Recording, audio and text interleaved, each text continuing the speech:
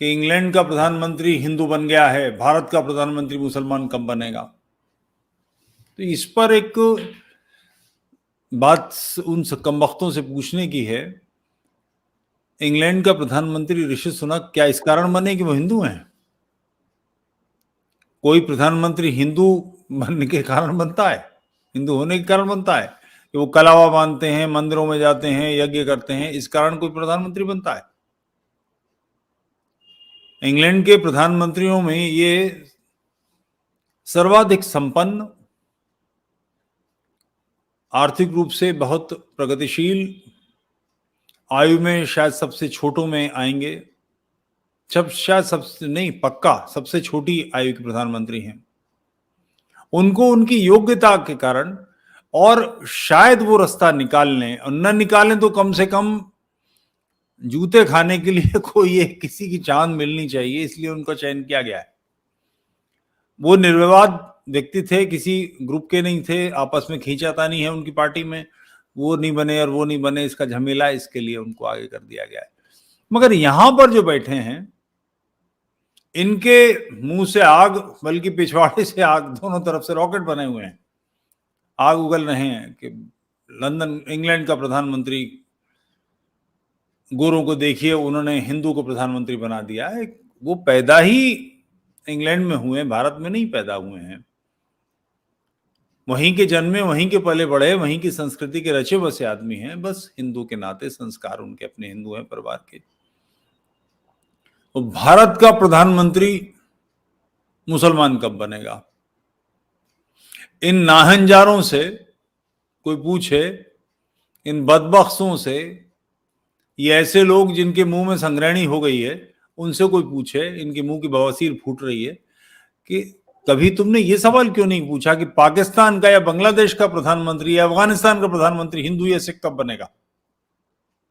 भारत के प्रधानमंत्री को मुसलमान बनाने की त्वरा में क्यों हो? वजह क्या है? क्या पाकिस्तान का राष्ट्रपति हिंदू बन सकता है? पाकिस्तान की एयरफोर्स का चीफ क्या हिंदू बन सकता है, सिख बन सकता है? क्या चीफ जस्टिस हिंदू बन सकता है? बड़े बड़े पदों पर मुख्यमंत्री तो दसों हुए हैं, मुस्लिम हुए हैं। इस बात को लेकर कभी विवाद नहीं उठा, किसी ने यह नहीं कहा कि इनको मुख्यमंत्री क्यों बनाया। अंतुले एक लंबे अरसे सीमेंट कांड में उनका नाम धरा गया, उसमें झमेला हुआ, तो उसके बाद उनका राजनीतिक ग्राफ नीचे आया, मगर उनके मुख्यमंत्री बनने पर किसी ने ऐतराज नहीं किया। वो केंद्र के मंत्री बने, कई जगह बड़ी महत्वपूर्ण उन्होंने जिम्मेदारियां निभाई, किसी ने उनको रड़ा नहीं काटा। भारत में ये बातें होती नहीं। किस समय कौन राजनीति में आ गया, कौन प्रमुख हो गया, उसकी योग्यता देखी जाती है, कभी यह नहीं किया जाता हमारे यहां कि हम उसकी जाति के नाते, अब ऐसे क्रिकेट की टीम में मुसलमान क्यों नहीं है, इसका कोई मतलब है? भारतीय सेना में कितने मुसलमान हैं, इसका सर्वे करने की कोशिश की गई थी, सेना ने झटक दिया इस बात को कि ये इस किस्म की बातें, बेहूदगियां हमारे नहीं चलेंगी। कोर्ट इसमें आ गया कि थी, उसने ही सारे सवाल पूछे थे, क्योंकि इसका कोई मतलब नहीं है। ब्यूरोक्रेसी में कितने प्रतिशत मुसलमान हैं, कितने ईसाई हैं? अरे ब्यूरोक्रेसी में आने के लिए एक पर्टिकुलर कोर्स करना पड़ता है, तैयारी मानसिक करनी पड़ती है। किसी के खतने की वजह से कोई आईएएस नहीं बनता, ये सेना में नहीं आता, या कोई कोई मंत्री नहीं बनता, वो अपनी योग्यताओं के कारण से बनते हैं। मगर सवाल उठाए जा रहे हैं इसलिए कि भारत का जो ताना बाना है, जो सौमनस्य है, सामंजस्य है, वो बिखर जाए किसी तरह से। और इसको बखेरने में सबसे आगे इस्लामी हैं, ये दीन बंधु जो हमारे हैं, शांति दूत, सबसे आगे यही हैं। इन्हीं के लीडर्स इस किस्म की बातें करते हैं। आपके ध्यान में होगा कि अभी जिसकी सदस्यता छिनी है, आजम खां की, जयप्रदा जी के चुनाव में इसने कहा था कि हमें तो पहले से मालूम था इनकी चड्डी खाकी है। इस किस्म की बेहुदा बातें 15 मिनट पुलिस हटा लो, देखते हैं तुम 100 करोड़ है ना, हम 20 करोड़ है ना, हम यूं कर देंगे वो कर देंगे, फलानी बातें। इस किस्म की बेहुदा बातें करने का क्या मतलब है? जैसे मुझे याद पड़ता है, मोदी जी गुजरात के मुख्यमंत्री थे, चुनाव आया तो किसी पत्रकार ने उनसे पूछा कि आपने कितने मुसलमानों को टिकट दिया और क्यों नहीं दिया, अगर नहीं दिया तो उन्होंने कहा हम चुनाव जीतने के लिए लड़ते हैं, हमारे यहां किसको टिकट देकर विजयी बनाया जा सकता है, कौन विजयी हो सकता है, ये कसौटी होती है। ये कसौटी नहीं होती कि उसका खतना हुआ है कि नहीं।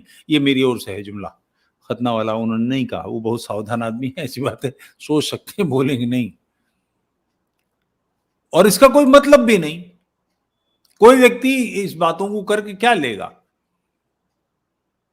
कोई व्यक्ति, जैसे कितने मुस्लिम इंडस्ट्रियलिस्ट हैं, कितनी फैक्ट्री मुसलमानों की हैं, कितने मुसलमान किसान हैं, कितने प्लम्बर मुसलमान हैं, कितने इलेक्ट्रीशियन मुसलमान हैं, बड़े ही मिल जाएंगे, निश्चित मिल जाएंगे। मगर इन बातों के करने से कुछ होगा? कोई बढ़ई अच्छा है, कोई प्लम्बर अच्छा है, कोई इलेक्ट्रीशियन अच्छा है, तो उसमें उसके मुसलमानों ने का क्या लेना देना है? क्षमताएं विकसित होती है अभ्यास से। किसने ज्यादा अभ्यास किया है उस पर निर्भर करता है, उसमें उसकी मुसलमानी कहां काम आएगी? मगर शशि थरूर को और इस तरह के और जो लोग हैं, उन सबके मन में ये बातें आ रही हैं, जोरदार चीजें कही जा रही हैं। मैंने जो शुरू में कहा कि बांग्लादेश विभाजन के समय जहां पर 30% हिंदू थे, पाकिस्तान जहां 15 से 20% के बीच में हिंदू थे, वहां कभी किसी हिंदू को किसी इंपॉर्टेंट मिनिस्ट्री के लायक क्यों नहीं समझा गया? जुडिशरी में कोई हिंदू चीफ जस्टिस क्यों नहीं बना? जस्टिस भगवान दास वहां रहे हैं कुछ समय के लिए, मगर वो दांतों के बीच में जीभ वाली, 32 दांतों के बीच में जीभ वाली स्थिति में रहे हैं। दानिश कनेरिया, दिनेश कनेरिया क्रिकेट की टीम में था, उस पर कितना दबाव था, रात दिन उससे उसके साथी कहते थे इस्लाम कबूल कर लो अगर तुम्हें आगे बढ़ना है। क्यों कर लो? भारत में जो मंत्री बने हैं उनसे कभी किसी ने कहा कि तुम हिंदू बन जाओ राजनीति में आगे बढ़ना है? तो ऐसा तो भारत में नहीं होता। मगर जब भारत में ये नहीं होता तो फिर हमसे ये क्यों कहा जा रहा है कि किसी मुसलमान को भारत का प्रधानमंत्री कब बनाया जाएगा? ये बात कहने वाले इस संकट को नहीं समझते कि इसका मतलब क्या है। विभाजन के समय जो कांग्रेसी तैयार हुए थे, विशेष रूप से पटेल उसका कारण था।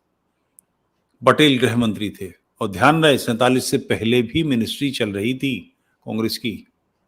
45-46 के चुनाव कांग्रेस केंद्र में सत्तासीन थी, उसकी निगरानी में हुए हैं।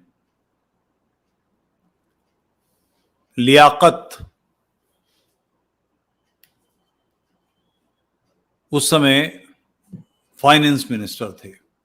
जो फाइल कहीं से तैयार होकर जाए उसकी मंजूरी ना दें, बैठे हैं उस पे। कोई मतलब लोग तनख्वाहों के लिए परेशान हो गई थी मिनिस्ट्रियां कि मुस्लिम लीग के एक मिनिस्टर ने जीना हराम किया हुआ था, नातखा बंद किया हुआ था। तो पटेल इसलिए तैयार हुए, ऐसा कहा जाता है कि बोले इससे कम से कम जान तो छूटेगी, काम ही नहीं करने दे रहा। आप कुछ भी प्रस्ताव बना के तो फाइनेंस ही तो अप्रूव करेगा, फाइनेंस मिनिस्ट्री अप्रूव ही नहीं कर रही। एक फाइनेंस मिनिस्टर इस्लामी बनने का, मुस्लिम लीग का बनने का अंदाजा है आपको? ये थरूर फरूर जो बातें ऐसी कर रहे हैं, इसका परिणाम क्या आने वाला है? आप जमाते इस्लाम के, मुस्लिम लीग के किसी व्यक्ति को नहीं, बिल्कुल आधुनिक शिक्षा वाले किसी व्यक्ति को प्रधानमंत्री बनाने की सोच रहे हैं, मैं मान लेता हूं। आपकी जानकारी में आना चाहिए, विभाजन जो 14 अगस्त 1947 को हुआ है, रातों रात लोगों ने पाला बदल लिया। महाराज कश्मीर हरि सिंह की सेना की मुस्लिम ट्रूप्स मुजफ्फराबाद में तैनात थी। महाराज आंख बंद करके शर्त लगाने को तैयार थे, ये मेरे लड़के हैं, मेरे बॉयज हैं, असंभव है ये कुछ गड़बड़ करें। उन सारे सैनिकों ने, उनके साथ हिंदू ट्रूप थे, नेपाली थे, विशेष रूप से गोरखा, सोते हुए लोगों के गले काट दिए। मुजफ्फराबाद में भयानक नरसंहार हुआ है, पूरे क्षेत्र को घेर लिया कबायलियों ने, उन्होंने, और सारे हिंदुओं को काट डाला। कुछ दर्जन लोग बचे थे हजारों लोगों में, जहां पर तकरीबन लाख से अधिक हिंदू पाकिस्तान से इधर आए हुए और यहां के अपने तैनात थे। डॉक्टर्स ने अपने हिंदू पेशेंट्स को गोली मार दी। अस्पतालों में जो कर्मचारी काम कर रहे थे मुसलमान, उन्होंने अपने सीनियर डॉक्टर्स को, जिनके साथ उनके कल तक सब प्रकार के संबंध थे, जिनके घर पर आना जाना था, जिनका उनके घर में आना जाना था, उनकी पत्नी को वो अपनी बहू की तरह देखते थे, अपने घर के लोगों की तरह उनके बच्चों को देखते थे, रातों रात बदल गए। आपको अंदाजा है इसका कि नतीजा क्या होगा? आप जो बोल रहे हैं